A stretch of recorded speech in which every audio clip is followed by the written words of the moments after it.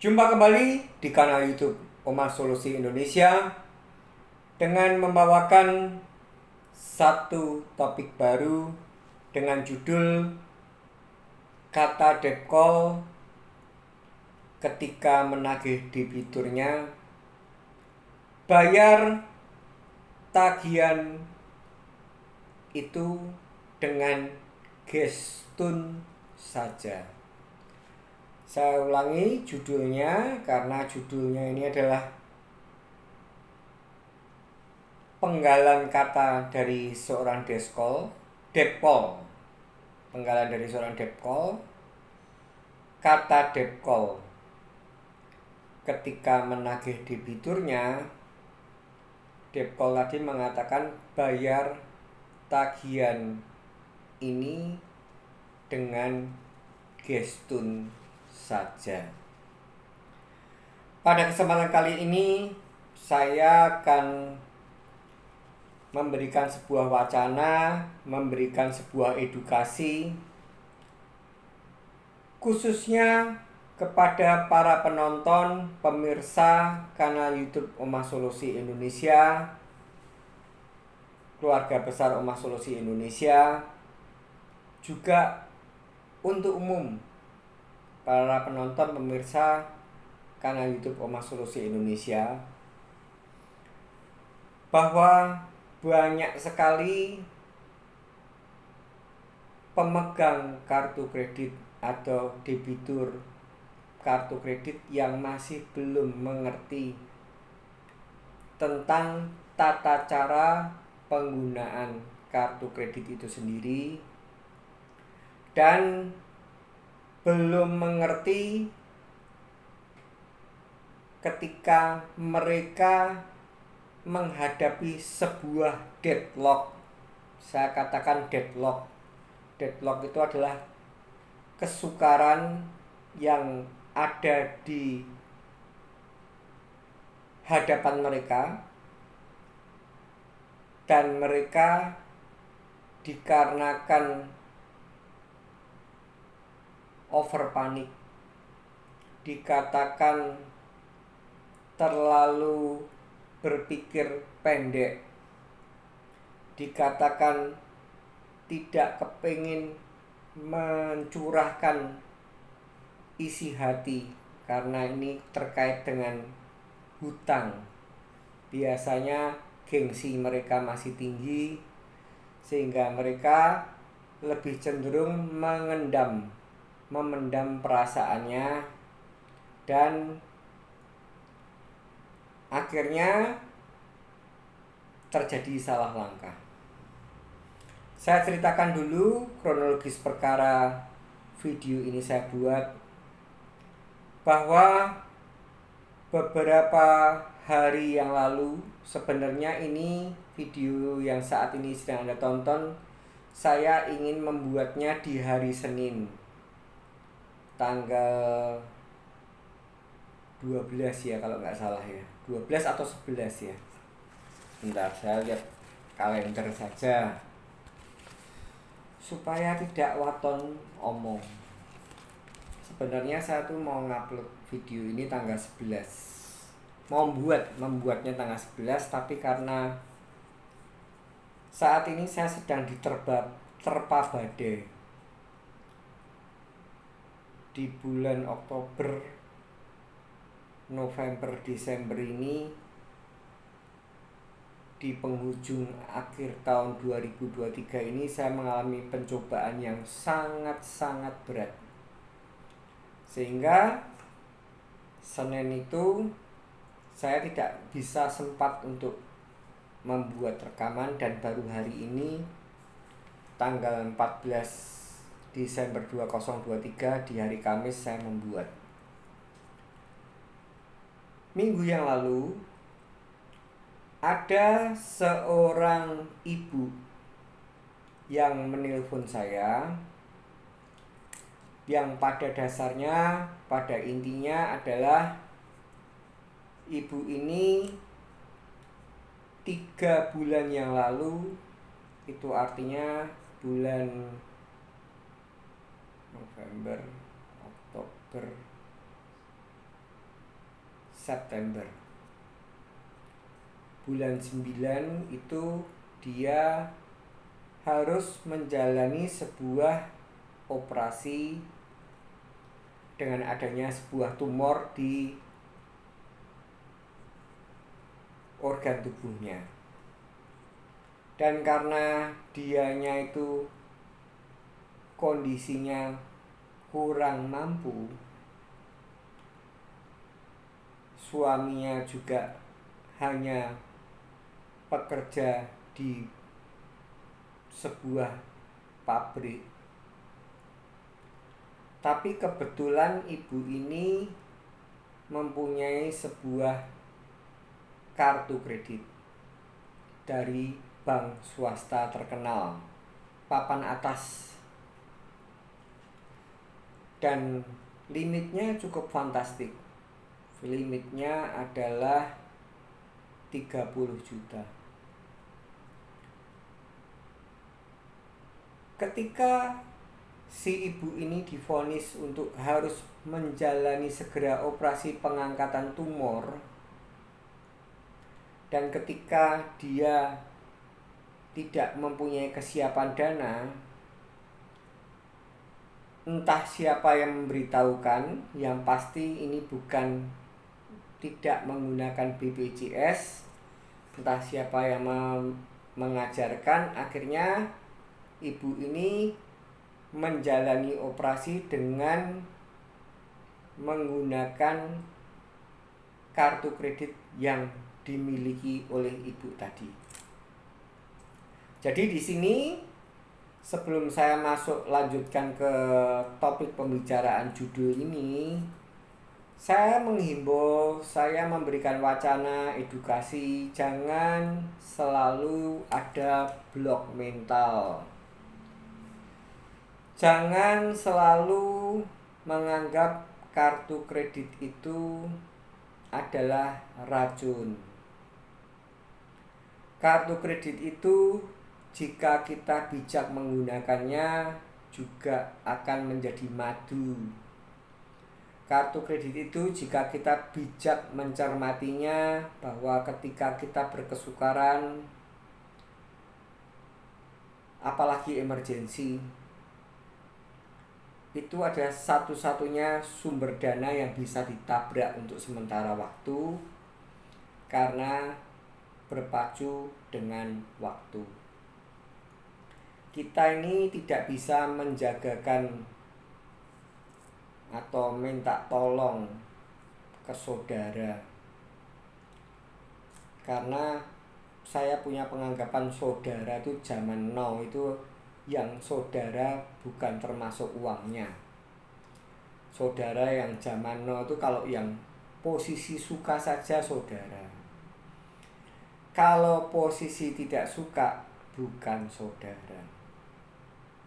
Saya mengatakan ini apa adanya, dan walaupun mungkin tidak semuanya begitu, tapi bisa saya katakan mayoritasnya begitu. Singkat cerita, ibu ini menjalani operasi di bulan 9, dan singkat cerita habisnya operasi tersebut nilainya kisaran kurang lebih 15 juta, dan dibayarlah biaya operasi tersebut dengan menggunakan kartu kredit dari sebuah bank swasta papan atas. Setelah dibayar, berarti masalah itu untuk sementara waktu selesai, sembari dengan memikirkan bagaimana cara melunasi akibat penggunaan kartu kredit yang saat itu dia miliki. September operasi, dan tagihan itu tercetak di bulan Oktober. Minimum paymentnya dia menceritakan di angka kisaran 1 juta 200 sampai 1.400.000. Dan karena dia memang kondisinya dalam pemulihan,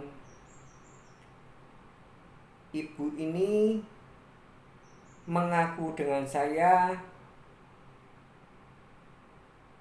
membantu suaminya yang tadi buruh pabrik dengan cara catering atau open PO. Karena belum enak badannya, kondisinya belum pulih, akhirnya 1,4 itu pun tidak dimiliki oleh sang ibu atau keluarga ini. Dan terjadi keterlambatan bayar sampai pada akhirnya ini adalah habit dari bank papan atas swasta yang sudah saya ceritakan, bahwa ketika ada penggunaan dan ketika ada keterlambatan bayar, itu bank papan atas yang satu ini rajin sekali untuk menurunkan debt call-nya, kolektor yang melakukan penagihan dengan cara mendatangi rumah debitur. Dan detail ceritanya saya tidak tahu, tapi intinya pada saat itu ibu itu punya uang 880.000. 900.000 kurang 10.000. 900.000 kurang 20.000. Dan akhirnya oleh debt call yang datang dianjurkan untuk dibayarkan dulu aja bu, uangnya ada, yang penting nama baik ibu, kolektibilitasnya, SLIK-nya baik, yang penting walaupun nanti kena bunga dan denda, tapi paling tidak hutangnya ibu tercicil, terkurangi dengan yang ibu bayarkan. Akhirnya di bulan Oktober itu dibayarkan juga 880.000 yang dimaksud tadi. Waktu begitu cepat berlalu. Inti dasarnya di bulan November sudah ada lembar tagihan lagi, di mana nilai pokoknya tadi adalah nilai nominal yang dipakai untuk operasi di sebuah rumah sakit swasta di Solo, dan jumlahnya yang sudah saya katakan tadi 15 juta kurang sedikit. Ada pembayaran 880, terima kasih atas pembayarannya, dan otomatis keluar bunga dan keluar denda. Dan kemudian di bulan November pertengahan adalah waktu jatuh temponya lagi, dan kembali lagi, umpama jatuh temponya tanggal 12 November, kembali lagi itu belum terrealisasi sampai akhirnya Desember awal. Si kolektor yang sama tadi kembali mengunjungi sang ibu, bukan untuk nilai apakah sudah sembuh sakitnya, tapi adalah mempertanyakan, bu, tadi kan 15 juta sudah dipotong 880, tapi karena ibu kemarin telat bayar, ada biaya keterlambatan, dan karena ibu membayarnya di bawah minimum payment, ada biaya bunga. Selain ada bunga, ada denda terlambat.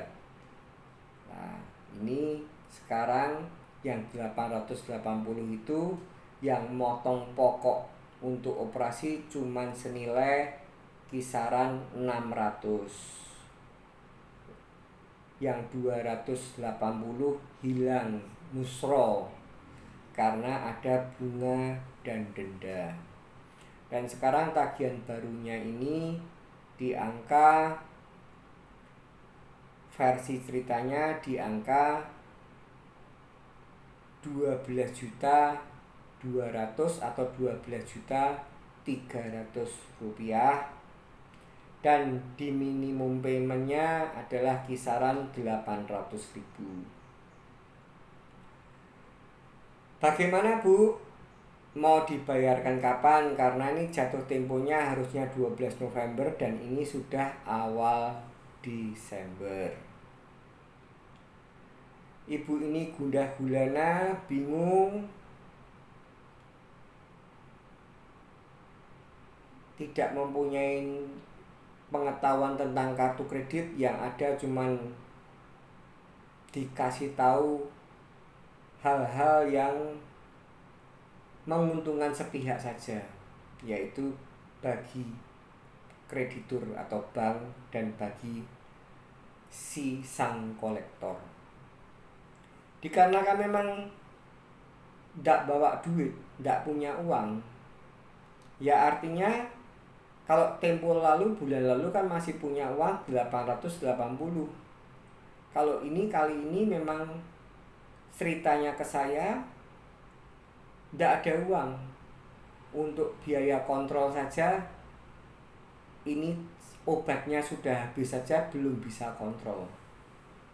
Ibu ini belum mengerti tentang kartu kredit. Ibu ini tidak pernah mengenal limit, yang namanya limit. Ibu ini jadi tidak mengenal tentang hal-hal yang terkait kartu kredit itu sendiri. Akhirnya sang kolektor ini debt call, mengatakan seperti judul yang video ini Anda sedang tonton. Debt call tadi ketika menagih, digesek tunaikan saja Bu, digestunkan saja. Karena memang secara realita limitnya 30, baru dipakai kisaran 15, sudah ada pembayaran 880. Jadi ini masih posisinya kartu ini lancar,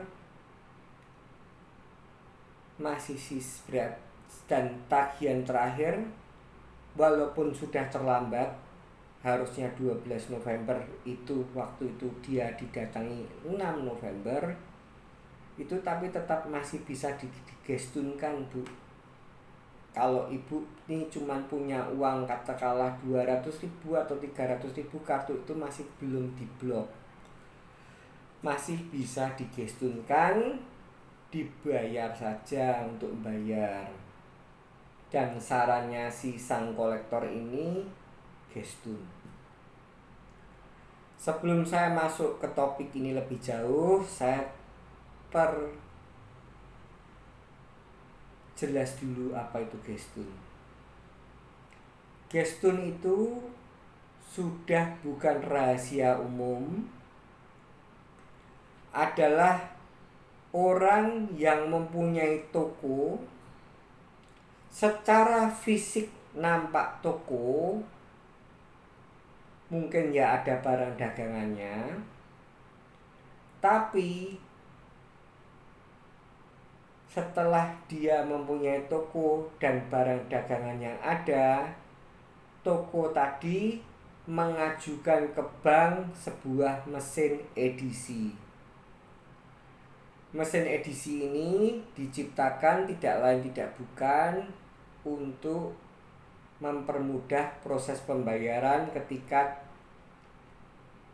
customer yang mau belanja tidak bawa uang tunai, atau customer hanya mempunyai kartu debit yang kurang saldonya, sehingga bisa untuk kartu kredit yang masih ada limitnya. Itu tujuan utama edisi itu ada. Tapi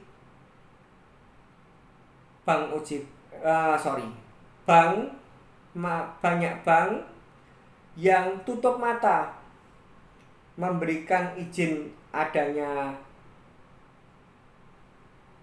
fasilitas pemasangan edisi yang digunakan untuk gestun. Gestun adalah orang yang mempunyai kartu kredit yang mendatangi sebuah toko yang boleh dikatakan toko abal-abal atau sering disebut cash advance atau tarik tunai. Kalau kita punya kartu kredit atau kita ke sebuah toko belanja, kita bayar, kan kita dapat barangnya. Kalau toko handphone ya dapat handphonenya. Kalau toko emas ya dapat entah itu gelang, entah itu cincin, entah itu kalung. Tapi kalau misalkan itu toko elektronik lainnya ya dapat barang. Intinya begitu. Kita bayarnya dengan kartu kredit. Tapi kalau gestun ini artinya pura-pura belanja. Misalkan tokonya toko emas, pura-pura belanja kalung, tapi nanti dapatnya enggak kalung. Misalnya kalungnya dianggap 5 gram. 5 gram kali misalkan 900.000, entah itu emas tua atau itu emas muda, kan berarti kan 4,5 juta. 4,5 juta itu kartu kredit itu dicolokkan ke edisi 4,5 juta.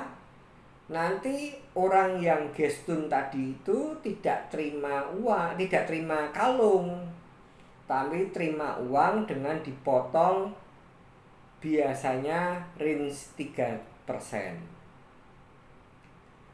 Jadi 4,5 dipotong 3%, jadi terimanya cuman 4 juta sekian, dan itu seolah-olah belanja. Itulah gestun. Jadi si debt call ini menganjurkan bahwa ini dibayar penuh saja, Bu. Kan tagihannya Ibu tinggal 13 juta kurang sedikit. 13 juta kurang, betul. Maksudnya 12 juta lebih sedikit. Limitnya Ibu 30 juta, digesekkan aja 12 juta itu tadi, digesekkan, misalkan digesekkan 14 juta. 14 juta dipotong 3%, dibayarkan ke bank.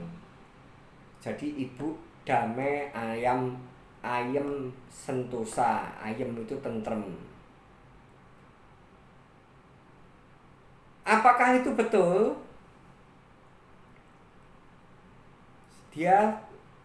Si ibu ini menelpon saya, dikasih tahu oleh salah satu keluarga besar Omah Solusi Indonesia tentang YouTube, nomor telepon saya.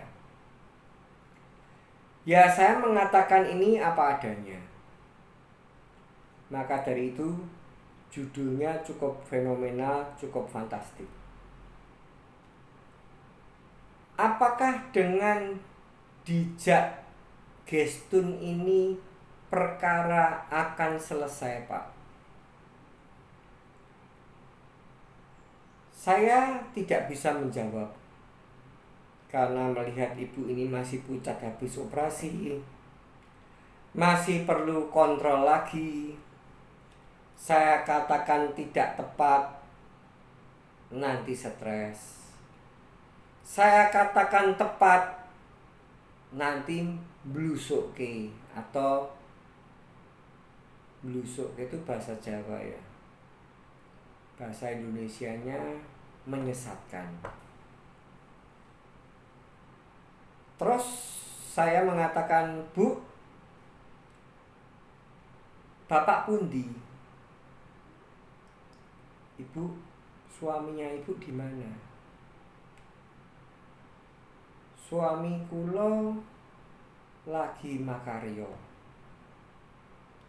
Suami saya sedang bekerja.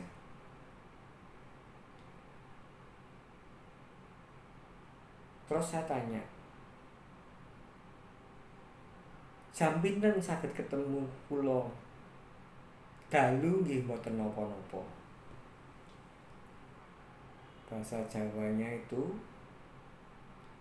bahasa Indonesia ya jam berapa selesai, malam juga nggak apa-apa.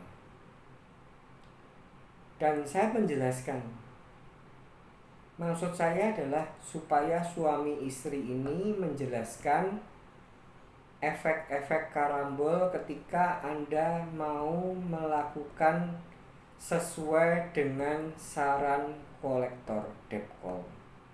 Ingat, yang nyarankan debt call, kolektor dari bank penerbit kartunya. Memang Bu, bulan November kelar, bulan November tidak ada masalah. Tapi nanti tagihannya Ibu kan jadi double, 12.800 yang mendekati 13 juta. Kita belum tahu karena Ibu ini sudah terlambat, harusnya 12 November dan ini sudah 6 Desember, artinya kena bunga dan denda dan biaya keterlambatan pembayaran. Misalkan Ibu bayar gesek 14 juta, nanti tagihannya Ibu itu tidak 12.800, tapi 12.800 sekian tambah biaya keterlambatan bayar, tambah bunga dan denda, tambah nilai yang diajari gestun sama kolektor tadi. Bagi kolektor dianya happy, sing penting kedatangannya bisa menyelesaikan tagihan berjalan November, dapat gaji, dapat komisi. Tapi bagi Ibu di bulan Desember nanti tambah bonyok, karena versi kolektor itu sudah cetak billing lagi. Di sini saya menjelaskan sebuah fenomena yang sukar. Dan di sini sekaligus saya menjelaskan sebuah pertanyaan dari banyak orang ketika dia sedang, orang tersebut, debitur tersebut sedang ibaratnya basah setengah badan, apa yang harus dilakukan? Keluar dari kubangan, menunggu yang basah tadi mengering entah itu kapan, atau malah masuk lebih dalam. Karena dengan Anda membiasakan gestun, ini kebetulan yang dialami adalah orang yang belum paham tentang kartu kredit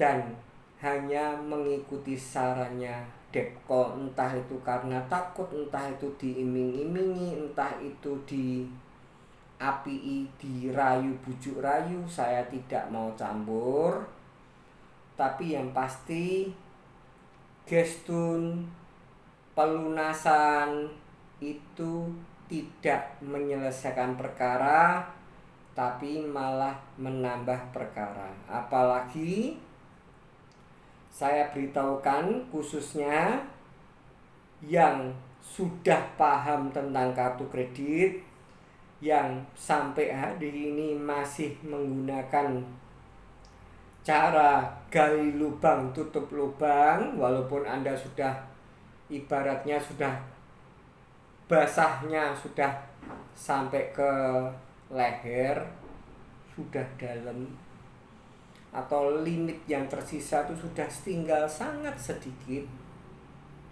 tapi Anda masih ragu, rancu, masih dilema, masih kebingungan, apakah masih gengsi, kalau saya tidak milih begini nanti saya malah lebih kacau. Saya akan pertegas pada seluruh pemirsa penonton kanal YouTube Oma Solusi Indonesia bahwa ketika Anda melakukan gestun, apalagi pelunasan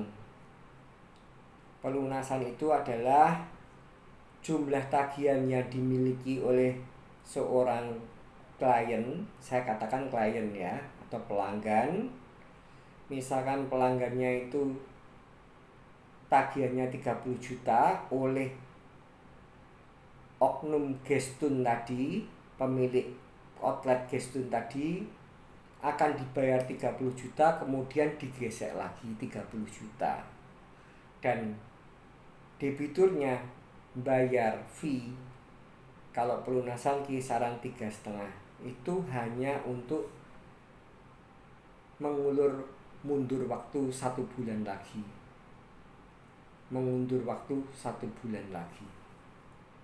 Itu artinya saya berikan ilustrasi, jika Anda melakukan pelunasan per 100 juta, jangan per 100 juta, terlalu muluk-muluk,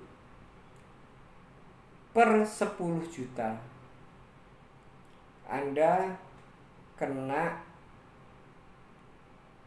10 juta kali 3,5. Saya cuman kepengen yakin, karena saya saat ini tuh baru ngeblank seringnya, jadi saya tidak mau salah ngomong.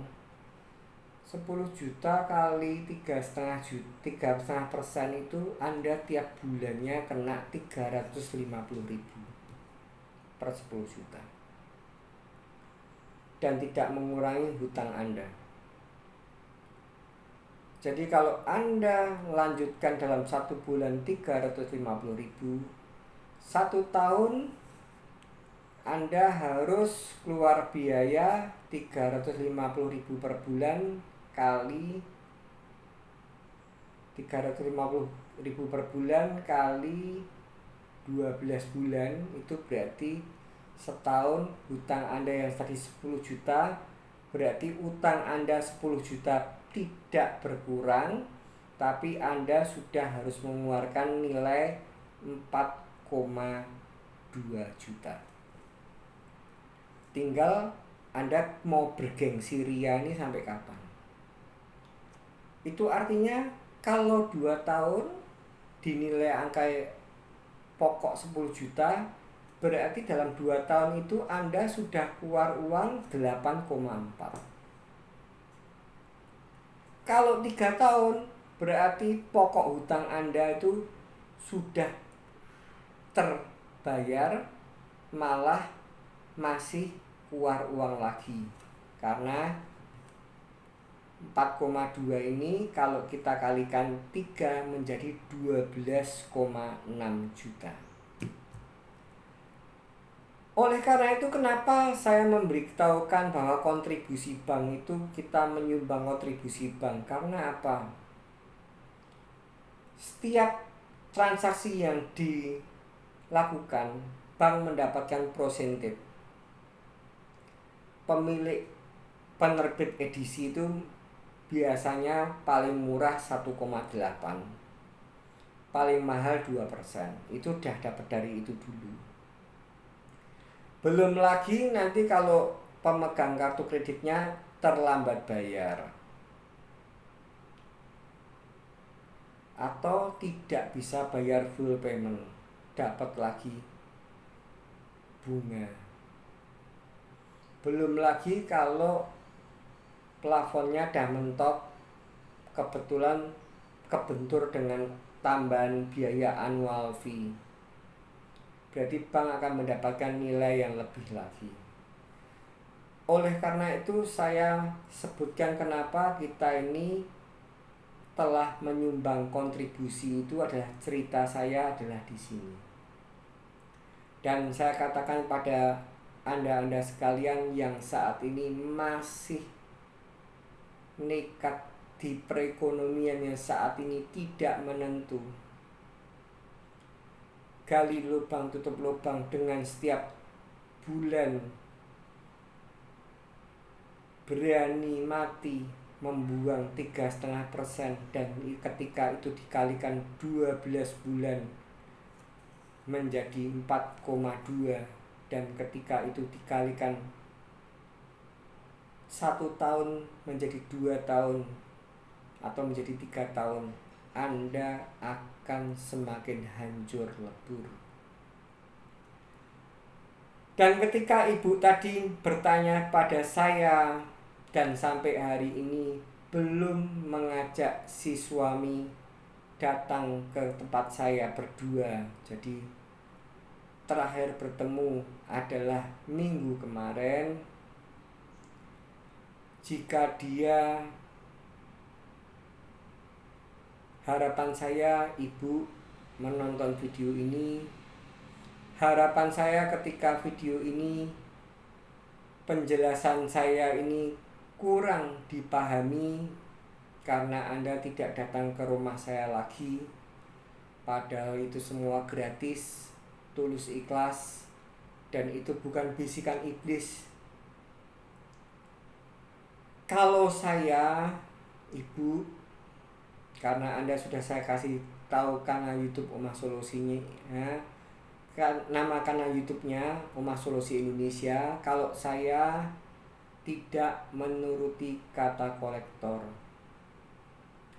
kalaupun harus digesek, dihabiskan limitnya, ini bukan bisikan iblis. Karena kalau itu tidak Anda habiskan, kita gesek, nanti limit Anda itu akan terpotong akumulatif tiap bulan akibat bunga dan denda dari 12.800.000 mungkin jadi 14.400.000, kemudian 14.400 bisa jadi menjadi 16.100.000, 16.100.000 bisa jadi menjadi 18.100.000 atau 8 juta, kepala 18 juta, dan akhirnya 30 juta itu akan tercapai hanya karena bunga dan denda tanpa ada pembayaran masuk, itu menambah, mengakumulatif, dan akhirnya itu tercapai, padahal Anda hanya menggunakannya tidak sampai dengan 13 juta. Tapi itu adalah bukan saya mengajarkan, itu yang mengajarkan sang kolektor. Jadi ketika debt call tadi Anda penuhi caranya, Anda gesekkan, November Anda November ceria, tapi Desember Anda bukan lagi Desember ceria, Januari Anda bukan lagi Januari 2024 yang new life new hope, tapi itu adalah awal tahun yang menyedihkan. Dan ketika Anda tidak mau mempelajari bagaimana semestinya harus dilakukan, maka Anda akan hancur. Sebelum saya menutup video ini, saya tidak bisa memberikan way out, gesek bu, habiskan, atau turuti saja kolektor bu, benar, selesaikan. Karena sumber dari akar permasalahan ini adalah pendapatan Anda dulu. Kalau memang pendapatan Anda saat ini untuk pengeluaran tidak pas atau kurang, bahkan minus, itu artinya Anda melakukan gali lubang tutup lubang ini endingnya sama, nyonyor. Kalau memang kondisinya Anda, pendapatan Anda tidak bisa sisihkan untuk memotong 12.800.000 tadi, ya mending Anda langsung nyerah. Tentang sisa limit Anda mau Anda gesek atau tidak untuk sebagai pegangan, itu hak Anda. Karena ketika Anda mendengarkan banyak advice dari orang, Anda akan pusing sendiri. Saya akan tutup sebuah analog. Ada seorang bapak dan anak menuntun seekor keledai. Ini sudah pernah saya buatkan videonya. Bapak dan anak ini dari desa mau menuju ke kota yang jauhnya kira-kira 10 km untuk tujuan menjual seekor keledai. Ketika bapak, anak, dan keledai ini jalan sendiri, bapak dan anak ini ketemu dengan tetangganya. Mau kemana, Pak? Mau kemana, Dik? Kami mau ke kota untuk menjual keledai ini. Dan ketika itu ditegurlah kedua orang bapak anak ini ke kota jauh kisaran 10 km. Kamu kan bawa keledai. Kenapa kok harus mau capek-capek? Salah satu naik keledai. Nanti kan jadikan lebih enak. Akibat advice dari tetangga yang dekat rumah tadi, akhirnya bapak itu berpikiran betul. Ya udah nak, kamu naik keledai, tak tuntun. Bapak ini nuntun keledai, jadi anaknya di punggung keledai. Setelah berjalan kira-kira seperempat perjalanan, bertemulah anak dan bapak itu bertemu dengan orang asing. Dan orang asing ini juga mengomentari hal yang boleh kita katakan sudut pandang masing-masing adalah benar adanya. Panjenengan ajeng teng pundi? Anda mau kemana? Yang di atas keledai kan yang anaknya, yang nuntun, yang jalan kan bapaknya, dan keledainya yang jalan. Orang asing ini menegur si anak. Nah, ke kota itu masih 3/4 jauhnya. Apa kamu tidak kasihan sama bapakmu yang malah nuntun, kamu malah berada di atas keledai? Dan akhirnya si anak tadi mendengarkan advice dari orang asing tadi. Ya Pak, bapak saja yang ada di atas keledai dan saya yang nuntun. Karena bapak ini dalam kondisi yang capek juga, ya akhirnya oke. Akhirnya bapak itu naik keledai, anaknya yang nuntun. Setelah jalan sampai di separuh perjalanan atau 2/4, ketemu lagi dengan orang asing lagi. Pertanyaan yang sama masih diulang. Mau kemana kalian? Kami mau ke kota untuk menjual keledai ini. Dan si bapak gantian ditegur oleh orang asing tadi. Pak, menuju ke kota masih setengah perjalanan. Kasihan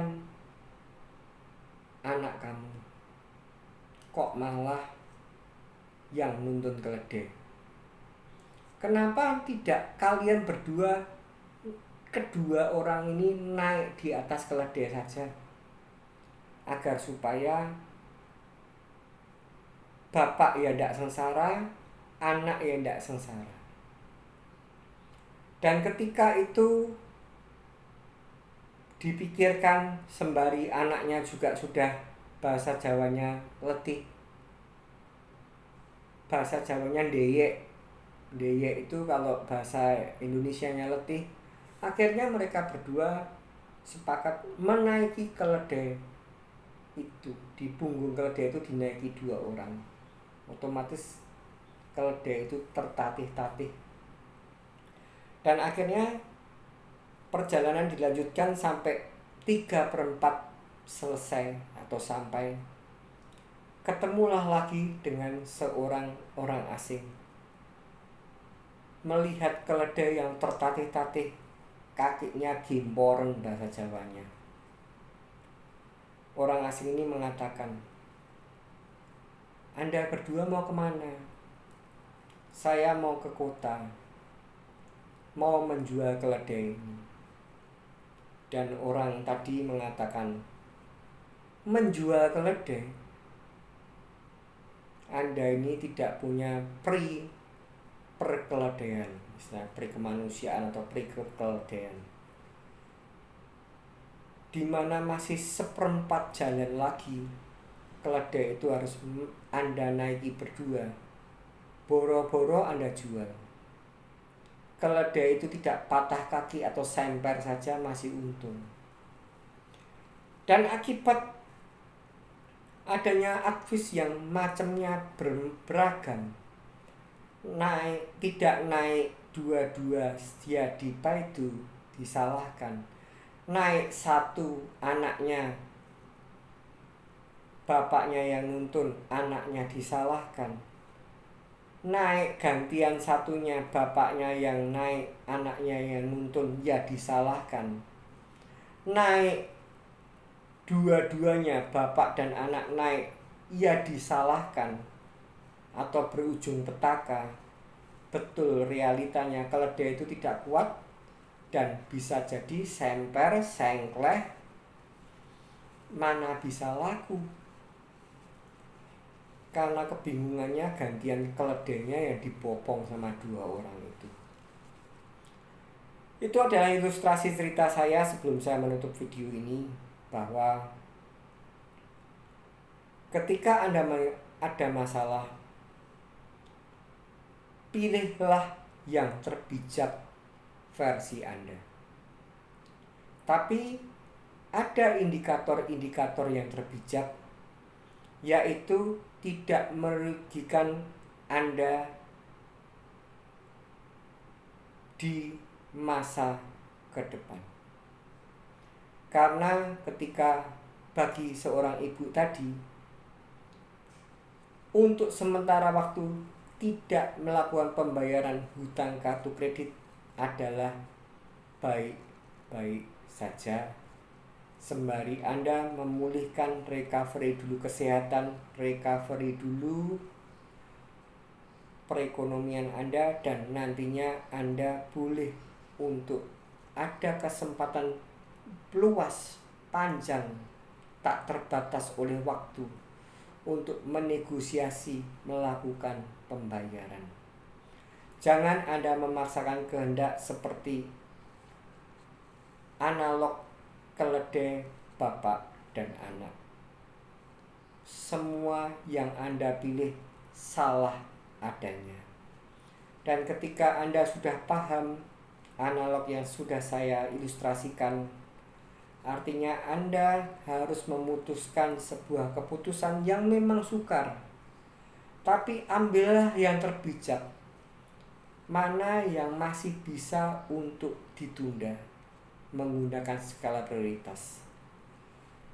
Semoga video ini bermanfaat, dan saya berharap OJK, Bank Indonesia, ataupun bank-bank penerbit kartu kredit dan edisi untuk mengetati sistem penerbitan edisi dan penerbitan kartu kredit itu sendiri, agar kedua produk ini tidak menjadi bumerang. Bagi toko yang sudah kentara cash advance atau gestun, segeralah untuk ambil tindakan, ditutup. Bagi pengaju apply kartu kredit yang baru, surveyor atau analis harus menganalisis dengan secara lebih bijak, tidak asal mengeluarkan kartu kredit. Dan ketika nanti terjadi problem, yang sering disalahkan adalah pemegang kartu kreditnya, bukan analisnya. Jangan pernah letih menghadapi kehidupan ini. Jangan menyerah, tetap semangat, dan ingat, badai pasti berlalu.